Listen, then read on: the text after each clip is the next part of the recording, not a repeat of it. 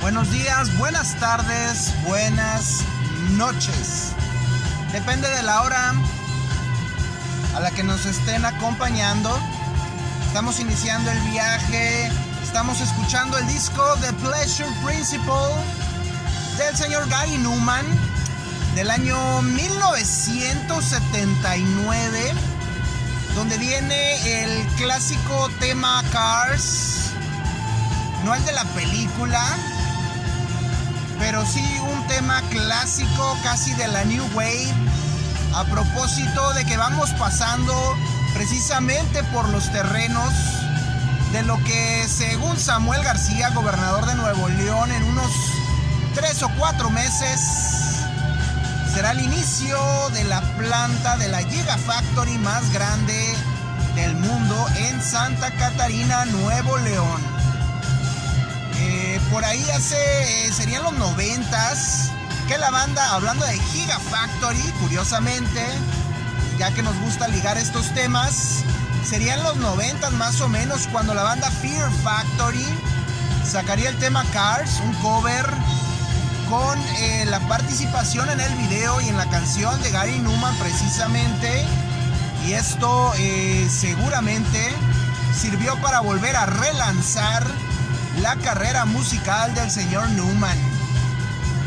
Muy interesante tema, muy interesante disco, que consigue una curiosa mezcla de la música robótica de los Kraftwerk, esta banda de krautrock alemán, y de la música experimental que David Bowie estaba haciendo precisamente en Berlín, en Alemania, en la orilla del mundo occidental en aquel entonces.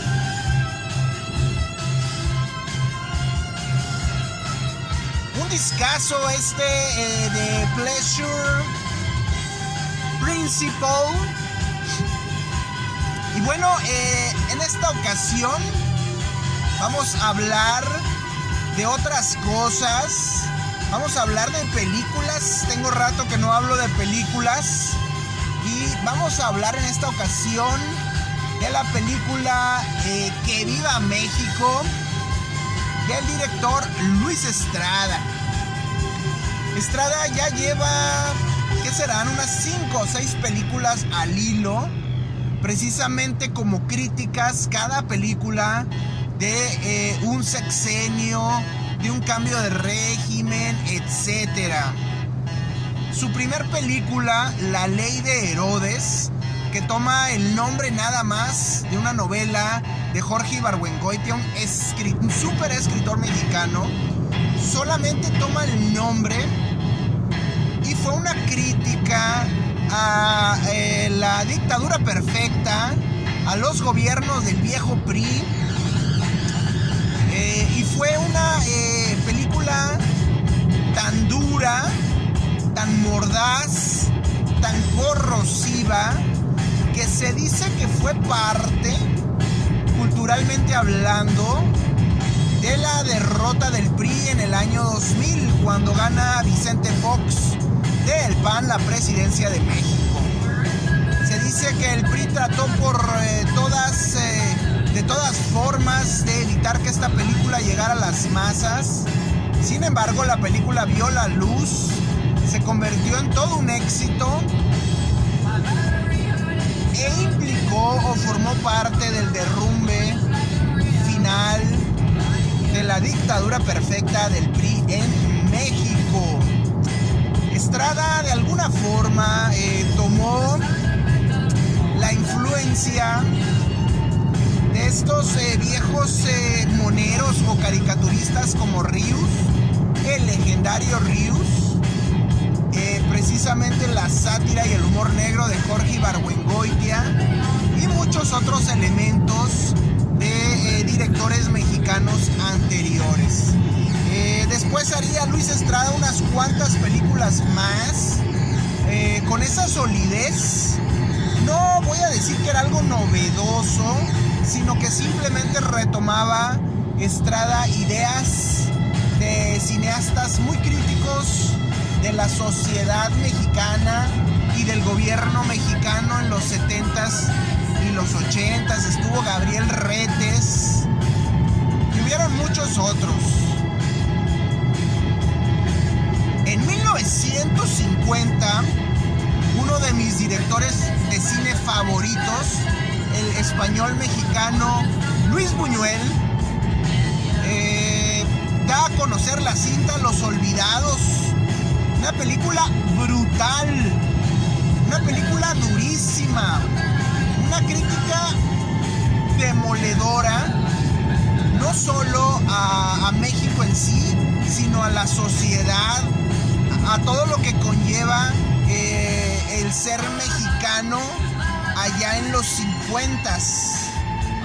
Una crítica muy dura y muy fuerte que va totalmente en contra, totalmente a contracorriente contra lo que eran las ideas, la idealización de México en aquel entonces.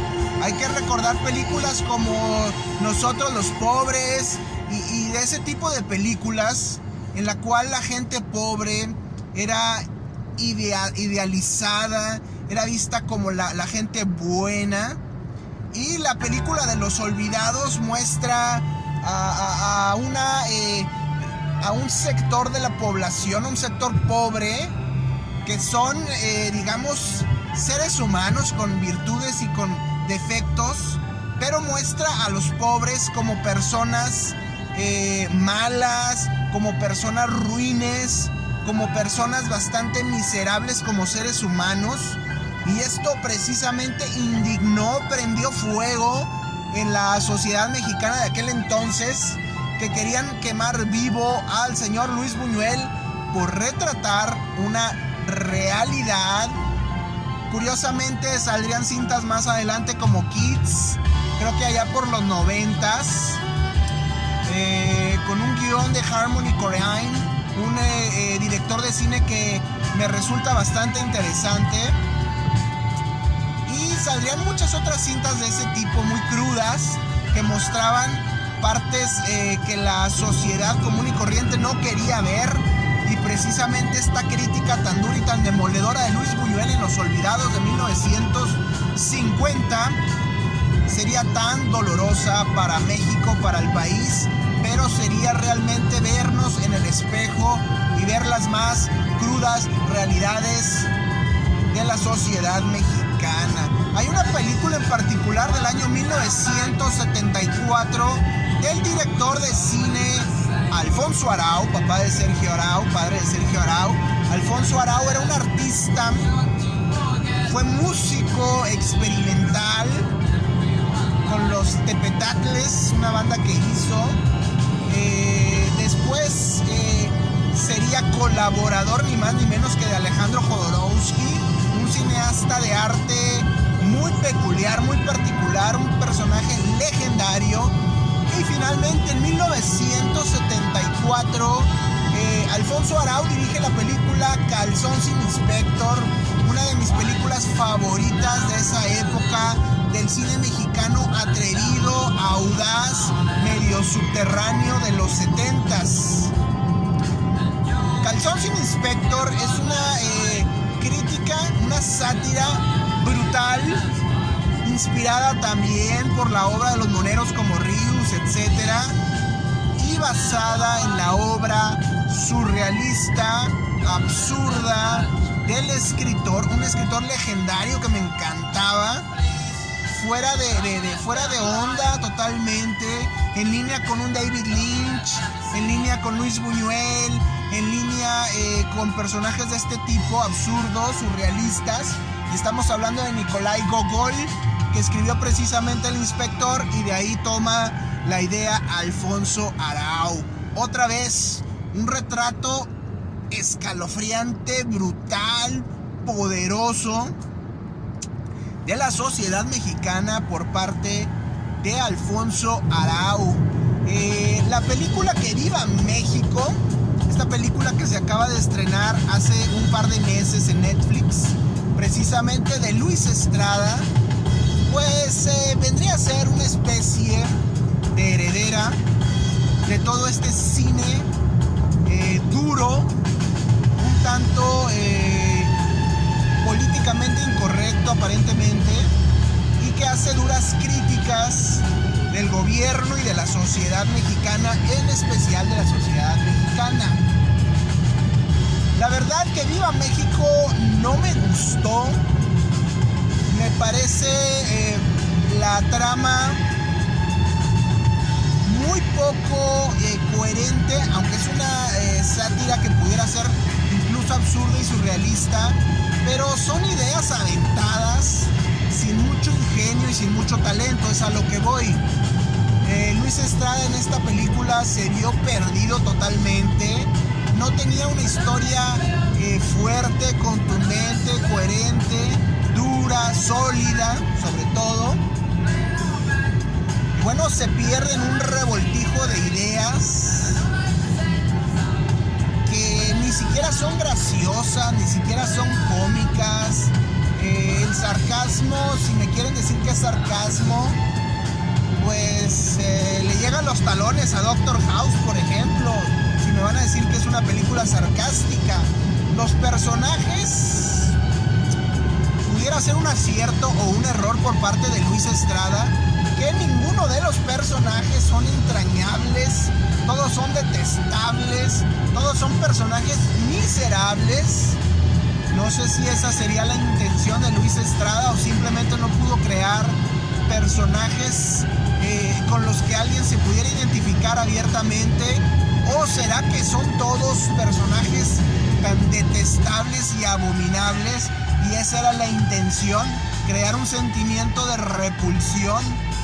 Si esa fue la intención, lo logró Luis Estrada, pero no pudo crear una película sólida, coherente, que mantuviera un nivel toda la película, y aparte son como 3 horas de duración la película, lo cual es un error grave, porque la verdad pudo haber hecho un video de media hora que reflejara mejor la que considero es la idea más fundamental y la propuesta más dura de esta película. Es un fracaso que Viva México, es un ladrillazo en la cabeza. Mejor aprovechen sus 3 horas en otra cosa. Pero hay una sola idea, un solo punto de la crítica dura hacia la sociedad mexicana, en que sin duda Luis Estrada acierta, le da el blanco, hit the bullseye, como dirían los gringos, le atina totalmente, y eso es algo muy doloroso si lo analizamos y lo vemos con sentido crítico como sociedad. Es algo que nos está pasando. Obviamente Estrada aborda el tema de la polarización, el tema de esta narrativa tan simplona que lanza que lanza el oficialismo, que lanza el partido Morena del presidente López, en la cual solamente en la narrativa se domina el tema de pobres contra ricos. Los pobres son los buenos, los ricos son los malos. Corta de tajo, radicaliza el tema, lo minimaliza a blanco y negro y se olvida de todas las tonalidades que pudiera haber en medio.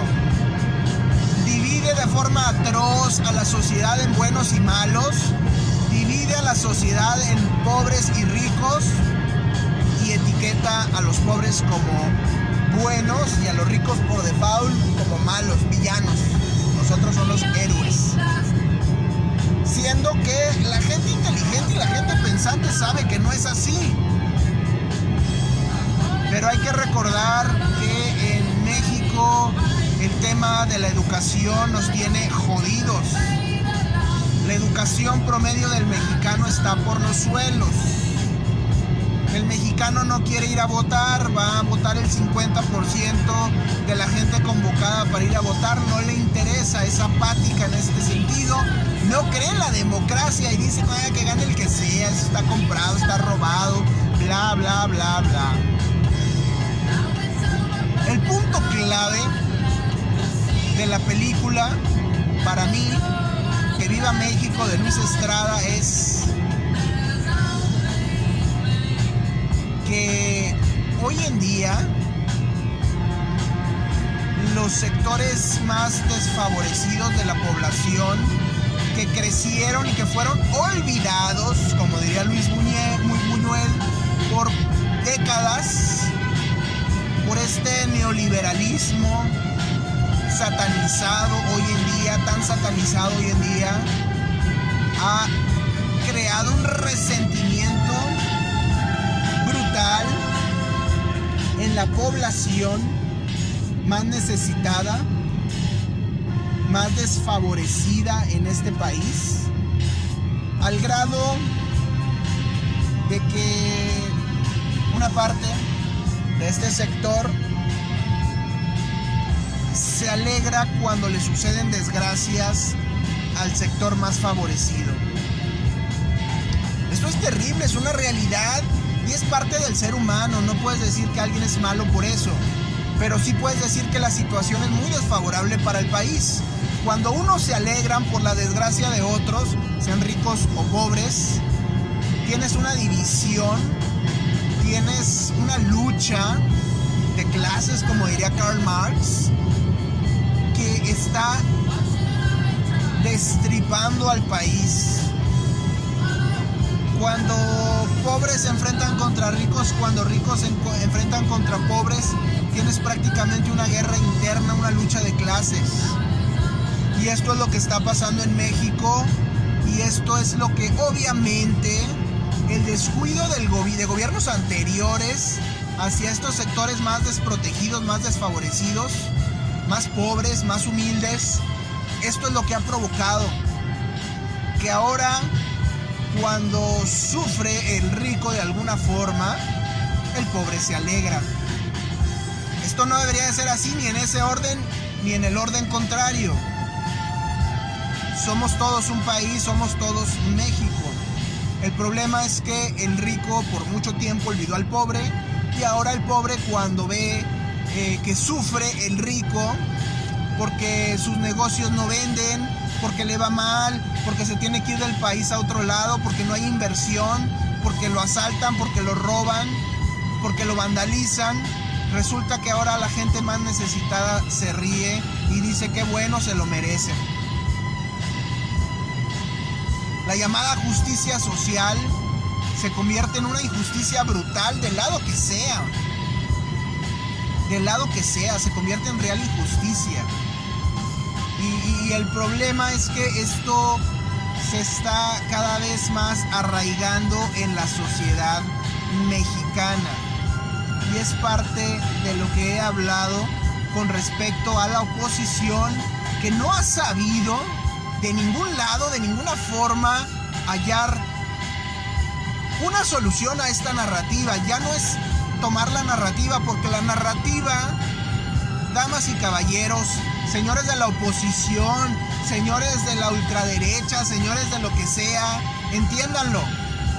La narrativa es pobres contra ricos, pobres buenos héroes, ricos malos villanos. Y el gran problema de México es que la mitad de la población se encuentra sumida en la pobreza. Y ese 50% no va a soltar jamás, jamás la narrativa de que Morena, el presidente López, está luchando por los pobres y es parte de ellos. Por más derecha, por más libertad, por más propiedad privada, por más valores conservadores, por más ultraderecha, por más Dios, familia, patria y lo que sea, el 50% de la población no va a soltar jamás esa narrativa de que son pobres y los ricos los jodieron por 4 décadas. No la van a soltar. Por más ideología de derecha que quieran meter, no van a soltar esa narrativa. El 50% de México, el 50% del país. Y esa va a ser lo que va a perpetuar otro régimen como sucedió el PRI en su momento, el viejo PRI. Porque esa narrativa es fácil y simple y la entiende hasta un niño de primaria. Y esa es la narrativa que el presidente López le ha vendido a muchos. La oposición tiene que entender que para realmente retar al oficialismo tiene que ofrecer soluciones radicales de tajo que saquen a esta gente de la pobreza y se comprometa con ello. No promesas al aire. Verdaderas soluciones, verdaderos hechos aplicados con resultados demostrados de cómo chingados van a sacar a la mitad del país de la pobreza. Mientras la oposición, Eduardo Verástegui, la ultraderecha, el PAN, el PRI, lo que sea, mientras no tengan estas propuestas reales, contundentes y sobre todo que se comprometan con ellas, de cómo van a sacar de la pobreza a la mitad del país, olvídense, no van a hacer nada. Va a seguir ganando, desafortunadamente, la narrativa simplona y barata del presidente López. Piensen, sean inteligentes, pónganse creativos, pónganse innovadores. Oposición, esa es la única bandera que deben de ondear. Olvídense de pendejadas de la derecha y la izquierda. Si salen a la calle a preguntarle a los mexicanos de a pie qué es derecha y izquierda, les van a demostrar que no tienen ni puta idea de qué es eso. Saben que son los pobres y los ricos. Y tienen ese paradigma de que el pobre es bueno, es el héroe, de que el rico es malo y es el villano. Y no lo van a poder borrar. No lo van a poder cambiar.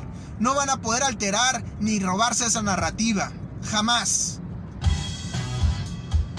La única forma de realmente darle un golpe contundente al oficialismo es con propuestas reales y comprometidas a eliminar la pobreza del 50% de la población en el país.